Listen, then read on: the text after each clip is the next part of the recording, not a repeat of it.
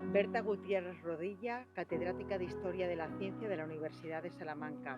Profesora Gutiérrez, ¿cómo se plasmaba en los textos de la época la práctica de la medicina? ¿Qué nos dicen estos documentos sobre cómo los médicos entendían y comunicaban su saber en un momento de tantos cambios culturales y científicos? Bueno, pues es una pregunta muy interesante.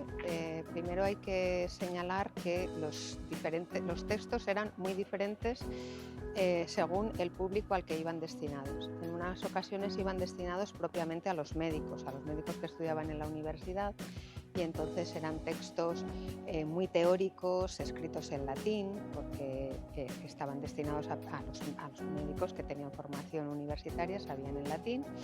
Pero luego había otros textos mucho más prácticos, de carácter práctico o también de carácter instructivo, que esos normalmente se escribían en una lengua vernácula, y en el caso de España, pues fundamentalmente en castellano.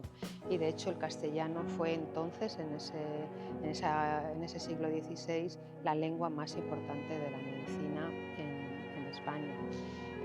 Esos textos son de tipo práctico, como digo, por ejemplo, de anatomía, destinados a los cirujanos o de cometidos quirúrgicos, para las comadres o madrinas, para los algebristas, que son los antecesores de los traumatólogos. Son, bueno, textos de muy diferentes maneras. Y luego había unos textos muy especiales que era para la gente que sabía leer, pero que a lo mejor no tenía tampoco, no tenía nada que ver con la práctica médica, que eran para, es decir, las personas que tenían de las que dependía qué se iba a hacer en una ciudad, por ejemplo, si estallaba una epidemia, una peste.